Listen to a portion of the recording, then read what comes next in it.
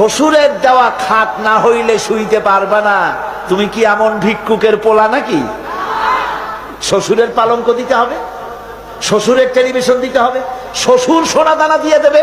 তুমি কি ভিক্ষুকের বাচ্চা?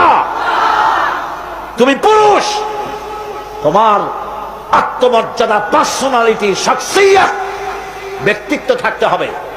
মেয়ে লোকের বাপের কাছ থেকে তুমি অর্থ নিবে কেন? সে যদি কিছু দেয় আলহামদুলিল্লাহ, না দেয় আলহামদুলিল্লাহ। বউকে গালি দিতে পারবে না, বউকে, বউয়ের মাকে, তার বাবাকে কখনো খোঁটা দেওয়া যাবে না। যৌতুক প্রথা এটি হারাম। বিবাহে মহারানা দিতে হয়। মহারানা দেওয়া কি সুন্নত না নফল? মাশাআল্লাহ, আপনারা তো জানাই আছে মহারানা দেওয়া ফরজ। এই ফরজ দায়িত্ব আপনাকে আদায় করতে হবে। সেই ফরজ আদায় না করিয়া